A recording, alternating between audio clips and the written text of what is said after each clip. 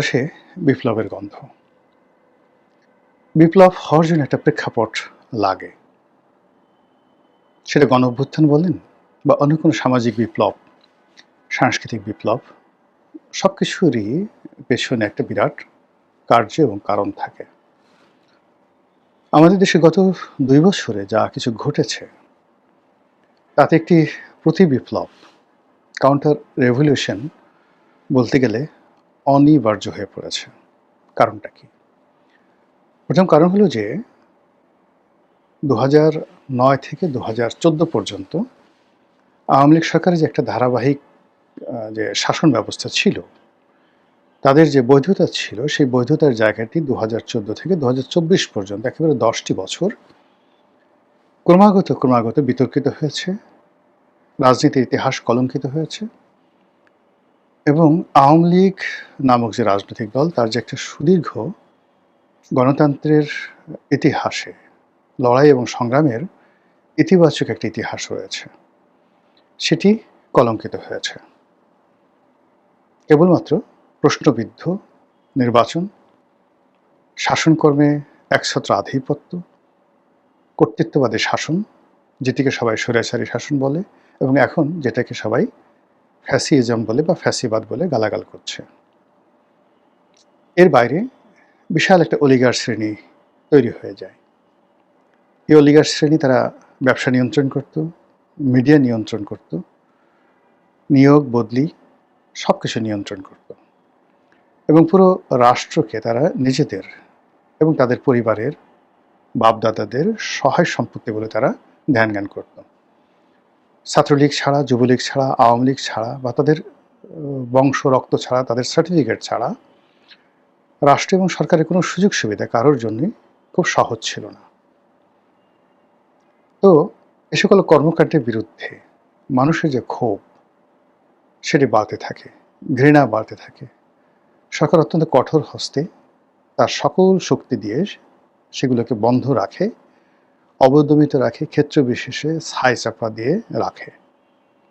কিন্তু টকবগিয়ে যেভাবে পৃথিবীর অভ্যন্তরে ভূগর্ভে আগ্নেয়গিরির লাভা, গলিত লাভা টকবক করে ফুটতে থাকে, ওভাবে জনরোষ ফুটছিল আওয়ামী লীগের বিরুদ্ধে। এখন সেই আওয়ামী লীগের বিরুদ্ধে যে বিক্ষোভ, ক্ষুদ্র একটা ফাটল পেয়ে, যে ফাটলে আসলে আওয়ামী লীগের পতন হওয়া তো দূরের কথা, কিছুই হওয়ার কথা না। আওয়ামী লীগ যখন কোটা বিরোধী আন্দোলন হলো, আওয়ামী লীগ সেটা মনে করেছে এটা তো একটা শিশু বিদ্রোহ। অতীতে এরকম কত বড় বড় বিদ্রোহ তারা দমন করেছে, কত রাজনৈতিক দল যারা আছে তারা শেষ করে দিয়েছে, কত রাজনৈতিক দলকে রীতিমতো মাটির সঙ্গে মিশিয়ে দিয়েছে। সরকার এবং বিরোধী দল সবাই যেখানে শেখ হাসিনার অবাধ্য হওয়ার কথা কেউ কল্পনা করতে পারতো না, তার বিরুদ্ধে কথা বলার যাদের কোনো স্কোপ ছিল না, সেখানে জয় বাংলা, জয় বঙ্গবন্ধু বলা, তারপরে মাননীয় প্রধানমন্ত্রী বলা, প্রধানমন্ত্রীর অনুকম্পা চাওয়া, কোটা বিরোধী আন্দোলনকারীরা এই সরকারের জন্য কী করতে পারবে, এরকম একটা আত্মবিশ্বাসে যখন তারা হেলে দুলে রীতিমতো ঢুল ছিল, ঠিক সেই সময়টাতে একটা ঐতিহাসিক ঘটনা আল্লাহ রাব্বুল আলামিন ঘটিয়ে দেয়। অর্থাৎ আগস্টের ৫ তারিখে একটি গণ অভ্যুত্থান হয়ে যায়, বিস্ময়কর, অভিনব। যেহেতু গণ অভ্যুত্থানটি একেবারে যাকে বলা হয় এত দ্রুত ঘটেছে, ফলে এই গণ অভ্যুত্থানের কারা সুবিধাভোগী হবেন, গণ অভ্যুত্থান পরবর্তী সরকার ব্যবস্থা কেমন হবে, পরাজিত যারা পক্ষ তাদেরকে কিভাবে পুনর্বাসিত করা হবে, এই সকল ব্যাপারে কোনো রকম পূর্ব প্রস্তুতি, চিন্তা চেতনা, ধ্যান ধারণা কারোর মধ্যে ছিল না। সেনাবাহিনী প্রস্তুত ছিল না, পুলিশ প্রস্তুত ছিল না, সিভিল অ্যাডমিনিস্ট্রেশন, ভারত প্রস্তুত ছিল না, পাকিস্তান, আমেরিকা, ইভেন যারা ক্ষমতায় বসেছিল তাদের কারোরই এ ধরনের প্রস্তুতি ছিল না, আর অভিজ্ঞতা তো একেবারেই ছিল না। ফলে কী হলো, ২০২৪ সনের আগস্ট মাসের ৫ তারিখ থেকে অবিরতভাবে একের পর এক ভুল হতে থাকলো এবং সেই ভুল এখনো অনিবার্যভাবে চলে আসছে। তো সেই ভুলের কারণে একের পর এক ক্ষত তৈরি হচ্ছে। মানুষের যাকে বলা হয় অভিমান বেড়ে যাচ্ছে। ইউনূসের উপর রাগ করে মানুষ বিএনপিকে চেয়েছে, বিএনপির উপর রাগ করে মানুষ আওয়ামী লীগকে চাচ্ছে, বা একটা সময় জামাত চেষ্টা করেছিল, কিন্তু জামাত আসলে জামাতকে মানুষের, এদেশের মানুষ ওইভাবে কখনো চেয়েছে আমার কাছে ব্যক্তিগতভাবে, আমি সরি, আমার কাছে মনে হয়নি। জামাতকে চেয়েছে শুধুমাত্র জামাতের যারা লোকজন আছেন তারা, আর অন্য কিছু যারা লোকজন আছেন আপাত দৃষ্টিতে মনে হয় তারা জামাতকে চায়, কিন্তু মূলত তা নয়। আমাদের দেশের ধর্মপ্রাণ যারা মানুষ তারা ৭০টি ধারা উপধারায় বিভক্ত। শিয়া আছে, সুন্নি আছে, আহলে সুন্নাত ওয়াল জামাত আছে, এরপরে তাবলিগ আছে, হেফাজত আছে, হেফাজতের ৪-৫টা গ্রুপ আছে, তাবলিগের ৪-৫টা গ্রুপ আছে, তারপরে মাজারপন্থী আছে, মাজারপন্থীদের ১৫-২০টি গ্রুপ আছে। তো সব মিলিয়ে ওই যে আল্লাহ রাসূল যেটা বলে গেছেন যে শেষ জমানাতে তার উম্মতের মধ্যে ৬৯টি বা ৭০টি যে ফ্যাকরা হবে, বিভাগ হবে, বিভক্তি হবে, তার মধ্যে একটা থাকবে সঠিক পথে, বাকি সবাই বিপথে। তো কাজেই জামাত একটি পথ, আর বাকি যারা আছেন তারাও ৬৯টি যে মত রয়েছেন তারাও যার যার অবস্থান থেকে নিজেদেরকে জান্নাতি মনে করেন। আর আমরা যারা বাইরের একটা লিবারেল ডেমোক্রেটিক সোসাইটি চাই, তারা ঠিক এই যে পুরো যে দাড়ি টুপিওয়ালা ইসলামপন্থী যে সকল সংগঠন রয়েছেন তাদের সবাইকে আমরা মনে করি এরা সবাই জামাত। চরমোনাইও জামাত, হেফাজতও জামাত, শর্ষিনাও জামাত, আটরশিও জামাত, এরকম একটা ধ্যান ধারণা, ইনকলাবও জামাত, সংগ্রামও জামাত। কিন্তু ঘটনা কিন্তু আসলে তা নয়। ফলে কি হলো, এই ডক্টর মোহাম্মদ ইউনূসের জামানাতে পুরো ইসলামিক কমিউনিটিকে এক ছাতার তলে নেয়ার জন্য জামাতের যে চেষ্টা ছিল, ডক্টর মোহাম্মদ ইউনূসের যে চেষ্টা ছিল, বা অন্য যে আর্মির যারা লোকজন ছিলেন, গোয়েন্দা সংস্থার লোকজন ছিলেন, তাদের যে চেষ্টা ছিল, সেটা অভিজ্ঞতার কারণে বা অনভিজ্ঞতার কারণে সেটা বুমেরাং হয়ে যায়। বুমেরাং হয়ে ডক্টর মোহাম্মদ ইউনূসের বিরুদ্ধে যে ক্ষোভ, এটি বাড়তে থাকে। যে মানুষ বা যে জনগণ একসময় তাকে বরণ করে নিয়েছিল, যারা চেয়েছিল দীর্ঘদিন উনি থাকুন, তারা খুব দ্রুত তাকে তাড়ানোর জন্য পাগলপাড়া হয়ে পড়ল। এনসিপি, তারপর সমন্বয়ক, এরপর জুলাই বিপ্লবী, তাদের মধ্যে বহু সংখ্যক গ্রুপ হয়ে গেল। যারা নিহত হয়েছেন তাদের একটা গ্রুপ, যারা আহত হয়েছেন, যারা চোখ হারিয়েছেন, যারা হাসপাতালে চিকিৎসাধীন রয়েছেন, সকলের মধ্যে একটা গ্রুপ হয়ে গেল। যারা মন্ত্রী পরিষদে গিয়েছেন, যারা এনসিপির বড় বড় পদ পেয়েছেন, যারা পাননি, সব মিলিয়ে দেখা গেল যে বিপ্লবের পক্ষের যে শক্তি, তাদের মধ্যেও প্রায় ৭০টি শাখা প্রশাখা তৈরি হয়ে গেল। আবার ডক্টর মোহাম্মদ ইউনূসের যে ক্যাবিনেট, সেই ক্যাবিনেটে মূল cabinet, kitchen cabinet, Chittagong cabinet, গ্রামীণ ব্যাংক ক্যাবিনেট, বান্ধবী ক্যাবিনেট, বন্ধু ক্যাবিনেট, আত্মীয় ক্যাবিনেট, সব মিলিয়ে এখানে প্রায় ৭-৮টি গ্রুপ হয়ে গেল। কার যে ক্ষমতায় বেশি সেটা আমরা বুঝতে পারলাম না।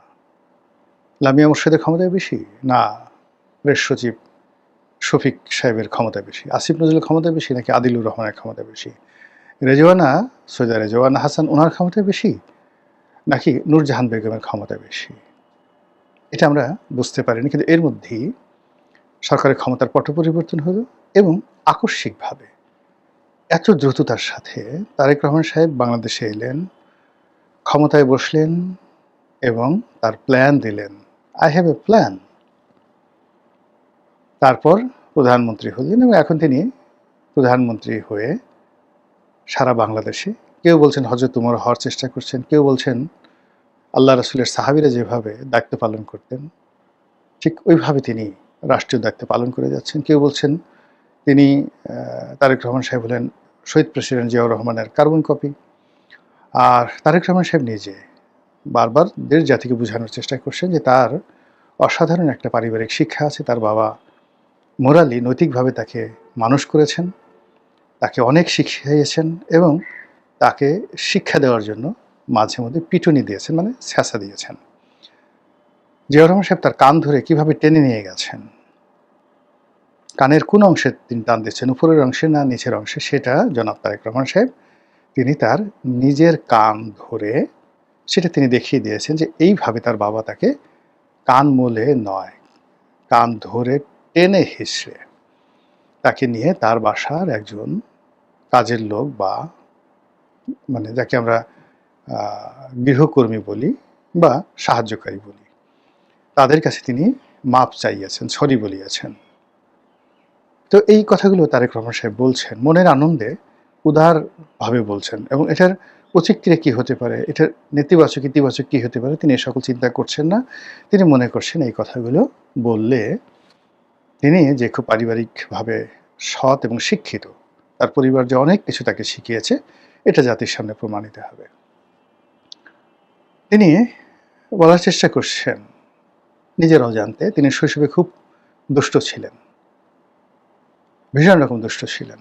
এখন যেটা বুলিং বলা হয়, মানে বুলিং বলতে গালাগালি করা হয়, তিনিও 10-11 বছর বয়সে গালাগালি করেছেন, এবং সে যেন তেন গালাগালি নয়, কোনো বাংলা নয়, পাকিস্তান থেকে তিনি যে সকল গালাগালি শিখে এসেছিলেন, হারামজাদে, উনি এগুলো না, মানে হারামজাদে, কুত্তেকে বাচ্চা, এরকম পাকিস্তানে অনেকগুলো গালি আছে না, তো সেই গালিগুলো তিনি পাকিস্তান থেকে শিখে এসেছিলেন, এবং 75, 74, 75, 76 সনে ওই সময়টিতে তার বয়স যখন 10-12 বছর, তিনি এরকম কিছু বুলিং করেছেন।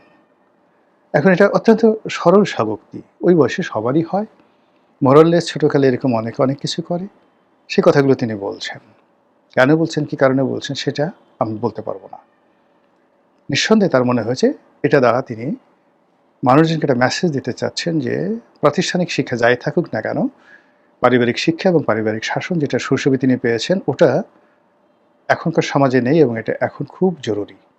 তিনি মানুষদেরকে নৈতিকভাবে শিক্ষিত করতে চাচ্ছেন, এবং এটির কারণে তিনি সে ড্রিম সোসাইটি, যেটি মার্টিন লুথার কিং জুনিয়র, আপনারা জানেন যে দুজন মার্টিন লুথার কিং ছিলেন, একজন সিনিয়র, দুজনে ধর্মপ্রচারক, খ্রিস্টান যাজক ছিলেন।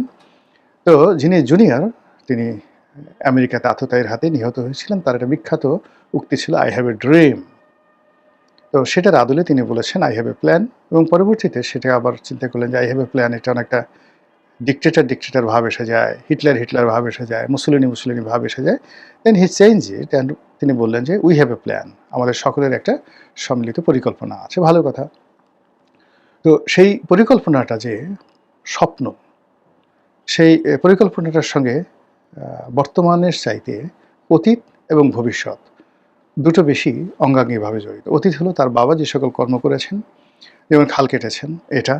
আর ভবিষ্যৎ হলো এই বাংলাদেশ একটা মানে কার্ডের সোসাইটি হবে, যেখানে আপনি যাবেন, আপনার কাছে একটা আলাদিনের চেরাগ থাকবে, একটা কার্ড থাকবে, সেটা ঘষা দিবেন, ঘাটাঘাট ঘ্যাসাঙ্গাস সব কিছু হয়ে যাবে। চাল, ডাল, আটা, ময়দা থেকে শুরু করে চুল কাটা পর্যন্ত সব জায়গাতে আপনি কার্ড ফ্যাসিলিটিস পাবেন, তেল কেনা থেকে শুরু করে সব জায়গাতে। এটা একটা স্বপ্নের জগৎ। আর অতীত যেটা আছে, অতীতের যেটা একটা রোমন্থন, কিন্তু এরই মধ্যে বাস্তবে যে অনেকগুলো সমস্যা, সেই সমস্যার কারণে তার দীর্ঘদিনের যারা বন্ধু, তারা তাকে ছেড়ে গেছেন। যদি বলা হয় গিয়াসউদ্দিন আল মামুন এখন কোথায়, তার তো বিশ্বস্ত বন্ধু। গিয়াসউদ্দিন আল মামুনকে কেনার জন্য শেখ হাসিনা এমন কোনো চেষ্টা নাই যে করেননি, কিন্তু তিনি বিক্রি হননি। গিয়াসউদ্দিন আল মামুনকে দিয়ে তারেক জিয়ার বিরুদ্ধে বক্তব্য দেওয়ার জন্য, এখন ওই সময়টাতে যারা 1/11-এর সময়, যেমন ধরুন সেই একসময় স্বরাষ্ট্রমন্ত্রী তার খুব কাছের ছিলেন, তো তিনিও তো ডিজিএফআইয়ের কাছে তারেক রহমান সাহেবের বিরুদ্ধে বহু বক্তব্য দিয়েছেন, মিস্টার বাবর। কিন্তু মামুন তো এই কাজটা কখনো করেনি। সে তার বন্ধুত্ব বজায় রেখেছে। তারেক রহমান সাহেবের যত গোপন তথ্য, এখনও পর্যন্ত একটা টু শব্দ তিনি করেননি। তারেক জিয়ার মনোরঞ্জনের জন্য, তার ব্যবসা বাণিজ্যের জন্য, তার জন্য গিয়াসউদ্দিন আল মামুন তার নিজের পরিবারের ব্যক্তিগত জীবন যৌবন সব তছনছ করে দিয়েছেন। পুরো আওয়ামী লীগ জমানাতে সে জেলখানাতে ছিলেন, এবং আমি তার সাথে 50 দিন ছিলাম। একটিবারের জন্য তিনি বলেননি তারেক জিয়া তার বন্ধু, বা কোনো কথা, এত চেষ্টা করেছি, একটা পার্সোনাল জিনিস তিনি কখনো শেয়ার করেননি। তো এইরকম বন্ধু, হামিম, বিশ্বস্ত